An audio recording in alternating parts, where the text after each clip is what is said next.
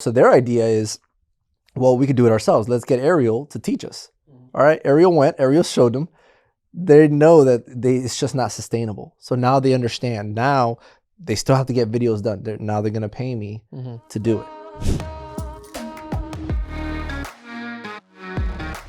Welcome back to another episode of the iFilmmaker podcast. My name is Ariel Martinez. With us now, you have been promoted to Big Mike. Yes. It's like tiny. It's like opposite. Yeah, be careful. We can go back down to Mikey. No. All right, so Big Mike is with us. How you doing, man? I'm doing good. How are you? Good, man. Good. So I had a recent trip. To Jersey, right? And my first time being in Atlantic City. I didn't know that place is like another Vegas, right? It's like another full of casinos and whatnot. I've always heard about it. I didn't know what the whole history was that. But anyways, it was a business trip. Weren't there for that. I had a client, and I want to know what your thoughts on this is. I had a client that I've had him on retainer, right? For the past, they started being my client 6 years ago, and we were on retainer for the first 3 or 4 years. I was doing a lot of work for them, and it was great. And then I would say 2.5 years ago, they cut our contract, right? They cut our contract. It was budgetary reasons and whatnot. So obviously the videos had to stop. They still hired me for individual work. They still hired me to do the videos that we're always doing for them, but on a per project basis, which is fine. I got to charge more. Yeah. Long story short, now they're calling to ask me to teach them, to consult them on how to do the videos, right? Now how to actually do it. So now they want to go and do it themselves. So right. So this is where what to do. A lot of people have their opinions on this. So I took it, they wanted to pay my rate, my normal day rate, which it varies. I've never really been paid for consulting before. So I just took my day rate and kind of put some extra fluff on top, which is what it's my own evaluation of what I think that's worth. Just question, what would you do in that situation? How would you approach? First of all, has anything like that ever happened to you before? It's happened to me in different ways. It was more with the studio that I was working at. Okay. So it wasn't my personal client, but we're all kind of involved in seeing what's starting to happen where in that scenario, they were purposely trying to phase us out, and they were kind of not hiding it, but they were willing to pay us to set them up. And it was at we just had to kind of do it because it wasn't my personal client. So it was kind of like, all right, so we go and this is a huge corporate client, big, maybe a Fortune 500 company at the time. Wow. So, it's just higher level. So we go in there, we set them up. They give us a room to basically build a little studio for them. We set it all up. We bring in carpenters in. We bring in gaffers and grips and stuff like that. And we set up, and my team set up all the cameras and all that good stuff that they're going to need. And I found that they kept kind of hiring us to come in to kind of just keep working it at their own little mobile or little tiny studio. And then eventually train some of their people. And it did leave. They did take on a bunch of stuff. But for the bigger things, they still kept coming back. So what I'm seeing is a lot of in this world of self-promotion and corporate clients is that they want to be able to have the ability to do the insignificant things. And what I mean by that is the stuff that doesn't require a massive budget of hiring a studio and a bunch of personnel to create these little content. Like, for example, we're selling a toaster and there's a bunch of Q&A or questions on why is this not working? Well, they can just make a quick little video. Hey guys, this is how you fix this. Boom, send it out. Of course, they're gonna pay $15,000 for that. So in that sense, it worked, and they kept coming back to us for the bigger product shoots and stuff like that. But it is for a personal client. I haven't had that happen yet, except for one time where I had a medical company ask me to come in and train their EA, or the executive assistant, on video editing, and I was like, I asked, does this person even have any interest in this? Is this even part of their job title? Is this something they even want to do? And they're like, yeah, we're trying to streamline some things. All right, cool. So, I charged them a hefty rate Mm-hmm. for essentially consulting and teaching, Mm-hmm. and it went nowhere real fast. And I was like, yeah, this isn't something that you just do from one day to the Right. next. This is something I've put years into, perfecting and learning, Yeah. and constantly learning even more every day, even just talking with you. Yeah. The little techniques you do and little Sure, techniques sure. that I do that we both grow off each other. And yeah, that quickly just went away. It was one day. And the girl was like, this is ridiculous. Yeah. And I was like, yeah. That's essentially what happened over in Jersey. Yeah. Like it was a 2-day thing, and it was a good rate too. But once they started seeing, first of all, 2 days is not possibly enough for me to teach them everything I've learned in the past 8 years. Yeah. Once they started realizing everything that goes into it, dude, we only got into camera settings the first 2 days. We didn't get into lighting. We didn't get into audio. We didn't get into post-production. We didn't get into any of that stuff. So the idea was to go over there and help them set up the new gear that I had recommended they got, and help them, show them how to light it. And at the same time, do some samples so that they can edit it after we're done. I had no editing work afterwards. I ended up taking the footage home because they asked me to edit it regardless. Mm-hmm. But it's more work for me, so Mm-hmm. it is what it is. I just wish they would have told me that, because I was setting them up with like S-Cinetone and not S-Log3 like I normally record. So I'm like, nah, I got to edit all this like S-Cinetone stuff. Because they told me at the end of the trip, like, hey, you're going to have to edit all this for us, man. It's like, oh, man, I would have shot it. You would have told me. I know, I wish you would have told me. Because I was setting them up to sort of shoot everything relatively auto, right? Mm-hmm. Use auto, white balance, that you should be fine there. And I'm showing them like the different scenarios where you might want to go into a regular fixed auto, white balance, etc. It's just things that is not, try to keep it as simple as possible. they can't possibly retain that information. But anyways, I was confident in that they're not going to be able to do this. I'm super confident because I know that client too. I know them very well. It was definitely an experience, but it was also a learning experience. And the reason why I wanted to share this is because there's a lot of people that hold that really close to their chest. I saw it as an opportunity to get more work, and it worked, right? So I had to edit everything, but on top of that, now they're sending me even more stuff to edit, because the whole idea is they're basically stuck now because they have to pay me to do the videos. They haven't had videos in a long time, right? And I would say like a year. They haven't refreshed anything, and they're a big, heavy content type of company. And now they need more videos. So their idea is, well, we could do it ourselves. Let's get Ariel to teach us. All right, Ariel showed them. They know that it's just not sustainable. So now they understand. Now they still have to get videos done. Now they're going to pay me to do it. So what I would say is, anyone who's going through a situation of what should I do? Should I, because it's a bit vulnerable. Like, am I just going to lose the client? A lot of people might be thinking that's what a lot of people are fearful of. I think one of the greatest things about being asked that by a client is that they are already edifying you as the expert. Yeah.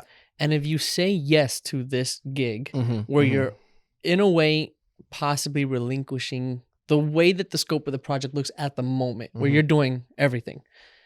The great thing about it is you're going to always be the expert, which means anytime something gets a little bigger than what that crew can handle, comes right back to you. Yep. And not to be afraid of that, because if all that means is higher prices, less work. Which is, I have a friend that always, I hadn't seen him in years, and he always says this phrase, and it's never changed, and he gets me laughing every time. He goes, I'm like, hey, how you doing? And he speaks Spanish. He goes, mucho dinero, poco trabajo. A lot of money. What was it? Little work. Yeah, little work. And I was like, that's a great, quote for your life. And that's generally what we're, I think, all trying to get at is we want to be able to get paid higher for the minimal amount of work so that we can handle bigger and better things. Yeah. So it's a great position to be in. Yeah, and I would say this, consider a couple things. Like when they cut our contract, right? Like when they cut our contract, I wasn't bitter. I was disappointed. Nobody likes that, right? Of course. I was like, man, that was some good money that was coming in. But I understand that the primary goal of every business, yours, mine, theirs, everybody's, is to make as much money as possible and keep expenses as low as possible so you can make profit, right? So that is the main goal for every single business. I took this in Marketing 101 in college, profit maximization, right? So if they see an opportunity to make more profit, they're going to take it more often than not. Sometimes it might it might rub them the wrong way if it's a little bit too insensitive, right? I'm talking like making cuts and all that stuff, whatever. But they make those decisions based on feeling, not based on profit, right? So that's a whole nother story. But that's their goal. And know that it's not out of malice. So why would I have bad malice toward them? They weren't doing it to hurt me. They were doing it to make more profits. I get that, you know. But I have, you know, in doing this, I had confidence that, you know, that they were going to see everything that it took to make the videos the way that I did for all these years. And yeah, and they found value in that now. They find even more value now, you know. So definitely, like, don't shy away from those opportunities to show your clients what you do, because that might come back as more work if, you know, you're really showing them everything. And I was open with everything, you know, I'm showing them all. But again, I cannot possibly fit in 10 years. 8 years I started my business, but I was doing it for 10 years. I can't possibly show them 10 years worth of experience in just 2 days. It's just not possible. Okay, so I have a scenario for you. Okay. What if it's like a different client, right? Sure. Same scenario, different client. What if they told you they have your retainer, they tell you we're gonna cut that for budgetary reasons, and we hired a bunch of production young bucks to come in. We just need you to set us up with the right gear, lighting, everything, and we're gonna take over from here. And the people that they hire are going to take it over. Because they tried to offer me that job and I couldn't take it because it was too little, and now they found young bucks to do it. So what's your feel there?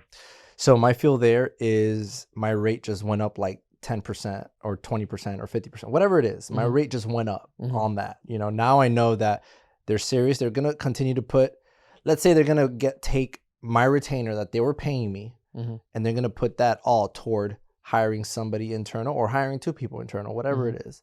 But now I got to teach them how to basically take over my job.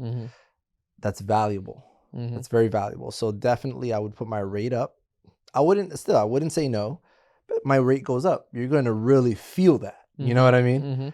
And they probably wouldn't go with someone else to do that because they already know you've got momentum and rhythm with them. No, because they actually have loved, like, jokingly, you know, they wanted me to move. They wanted me to move to Jersey to be there full time with them. But it's a compliment. Yeah, it's a huge compliment anytime. And, you know, you have options there, you know. But again, it's like, what would it cost for you to just drop everything and just go full time? That's expensive, man. At the level that we're at, there's not very many companies that are willing to pay that much, you know, because you can't only look at it on what you made last year, what you made the year before that. You have to look at the trajectory, right? So your value gets higher year after year after year because you're making more money. I'm pretty sure they're not willing to give you a raise that often, you know? So you have to see it that way, and then it's yours. You have options. You have freedom, you know? It's hard to go from an entrepreneur mindset. It's so to hard go the other way. And it's not that the other way is wrong. Right. It's just when you're one way, it's really when you've hard already to go. established, like, it's easier like year 1, after year 2, maybe. Especially if it's successful, at least going up, a climb. If it's going the other way, then okay, you got to reevaluate some things. You're in a big decline, but we spoke on that in a previous episode to evaluate if this is even for you, right? So we've worked a certain way for a very long time. Yeah, we don't know when our next job is coming, but we know it's coming at some point. It is a walk of faith. But if that's something that you can't jive with, if that's something that you just can't handle, maybe, you know, going on a steady income is the right route for you. You know, but understand that you're giving up a lot of freedoms. You're giving up a lot of sick days that you could possibly take. You know, it's something that, man, you have to evaluate that for yourself based on your own circumstances, your family, your income, who's relying on your money, right? Like, so things like that. If you need somebody that will put you where you're supposed to be maybe 3-4 years from now, but they could do that today, right? How valuable is that to you, you know? So that's definitely something to consider. But again, going back to teaching a company to do your craft. So what I've learned in the past 11 years of doing this is that, man, not everyone might either pick it up. Some people might pick it up slower. Some people might pick it up faster, right? So it really also depends on the person and how fast they can learn. So even if I go and train people that are fresh out of film school, whatever, young bucks, whatever it is, it's still going to take time to develop their eye. You know, time to develop if something's in focus, how to pull that focus. It's the feel. It's the experience. Being on set. What I've learned most of what I learned is learning on set with other professionals, right? And just doing it and messing up and just continue to do it, right? Getting those colors just right. I remember when I started coloring and I discovered like, oh, I could change the color of an image also. My blues were way too blue. I oversaturated everything. Everything was just so off. Like looking at it It's like now, it's Matrix like, green. oh my God, it was so terrible. But I was just happy to like know that I can tweak colors, right? So I would show a video to a client or somebody, like I did a lot of videos for the church. I would always point out, you see how good those skies look? Just point out, because I spent time on that. I spent time on that. But oh my God, like I did the typical, beginner thing to do is just to overdo it. Oh, yeah. Saturation was too high. It's like, Yeah. look how good that looks. Yes. So I definitely went down that route. But again, evaluate, all that stuff, and how valuable that is to you. So I guess a good starting point is to get your normal day rate. For me, I would get my normal day rate and put it like times 5 maybe. Because I'm giving this away. I'm giving a lot of potential work away, essentially. Yeah. It's not just about that. It's what could have been. Right. So times 5. So if I used to charge $1,000 to go out there and do a shoot, I'm charging $5,000 per day to go out there and teach these people, because you guys are going to say, Now, yeah. if that's the case, do you think that the client can come back and be like, okay, now you're just trying to screw me over because you're pissed that I'm wanting to cut this contract? Because they could find somebody else. But if they're used to paying $1,000 for you, yeah, I'm not sure they're going to be willing to pay 10 grand for 2 days. That's okay. So the idea is this. If they can't go for that, it's not a problem. Like, yeah. If you want to lower that rate, that's fine. But here's the thing for me, right? I'm giving away all the work, right? It's true. I'm giving away all the work. And it's going to go away. And again, it's a business thing for me as well. It's no malice toward that. Mm-hmm, There's no malice in doing that. This is a business decision for me. I'm giving away even more money than what I'm charging you. I used to charge you like $5,000 for like, and I'm putting numbers out there, for like 2 videos to do, right? No, it makes sense. How many videos are you going to get on a monthly basis off 2 people that are working full time for you? And I set that up for you. Yeah. You're investing that. That's what you're investing. So that's kind of how I would kind of put it up for them. I was putting yourself in a position of knowing your value, your quality. Oh, absolutely. I know what your standards. I know what the value is for them, especially like as a business. I'm talking them business to business. There's no malice behind this. It's that I'm setting myself up to lose a ton of work in the future. Let me go out in a very strong way. I love that. You know what I mean? Great, yeah. So that's exactly how I see it. And I think it's fair. I think it's easily fair. On the other hand, they could say, no, that's too much. Not a problem. It really isn't your problem, though. That's the thing. Yeah. Right. That's we'll go our separate ways, pay somebody less money. Now, you don't know how they work. You have no experience with them. That's a good benefit of them seeing you the way you mentioned earlier. And they trust you. They already trust you. They know the quality of my work. They know what I've been doing for them for the past 6 years. I can set up their people with all that stuff. If they want to pay me $5,000 a day to go out there for 3-4 days and teach them, hey, that's gravy for me. you're like stretching out the teaching. Yeah, dude, but it takes a while. It takes a while to set them up and all that stuff. But it's like they have to see it in that way, and there's no problem with that. Yeah, your first reaction when I said $5,000 a day, that's a lot of money. Yeah, but think about what you're gonna get. You're hiring these people. It makes sense. You're hiring these people to do what I do, and they're gonna give you like that times 10 probably, because you're gonna demand that. They're there 9 to 5. So you're going to get a lot more stuff. Now you're making sure that you're going to get it the same way that I was delivering it, and then if later on when they need to schedule phone calls because they didn't grasp something or they have questions, whatever it is, not a problem. Let's do $300 an hour. Okay, not a problem. We'll get on a phone call and I'll consult for you. $300 an hour, $400 or $500 an hour, whatever it is. You put the value on that and understand that you're giving away your work. It's gonna hurt you, so you got to mitigate that hurt, right? So it is what it is. And then they're saving money. They're not gonna have to pay me that much money anymore to do projects. That's not a problem. But again, you're gonna have to offset that somehow, so it's again, it's all business, nothing personal here, no malice intent, but in this case they understood the value of what I was giving them finally. Not finally. I think they just never paid mind to it, you know? Yeah. But That's great. no, they have a lot more work. I actually, just before we started recording, they just texted me, hey, we got a couple more videos that we need to add to that list. So now we have a whole list of videos that they need to do. Yeah, it's So great. it's just a ton of work that's coming in now, all because I was willing to sort of be open with what I do. And if you're confident in your work for your clients, don't be afraid to show them. Like, this is everything. Yeah. This is You the think value. you can do it? Here you go. Do it. You know, like there's a reason why we're able to charge so much. And it's not because of the gear. It's because of your experience. You can give somebody a Red, give somebody an Alexa Mini. Looks worse than an iPhone. And it looks worse than an iPhone if they don't know what to do with it. So there's value in your experiences. There's value in the years that you spent doing this stuff for your clients. So any questions? Hey, so client, if you're looking for someone to consult with, then I'll let you take it. I'll let you take it on. $5,000. $5,000 per day. Half day, $5,000. Awesome. Well, wait. Hotels, per diem, flight, all that, all of it on top of the of $5,000. Yeah. Free movies, free movie, popcorn, room service, all that. No, this is great. Well, thank you guys for watching this episode of the iFilmmaker podcast. We appreciate you tuning in. Big Mike. That's right. With us. Follow us on Instagram, on Facebook, on all the platforms. Links are down below in the description. Until then, we'll see you on the next episode.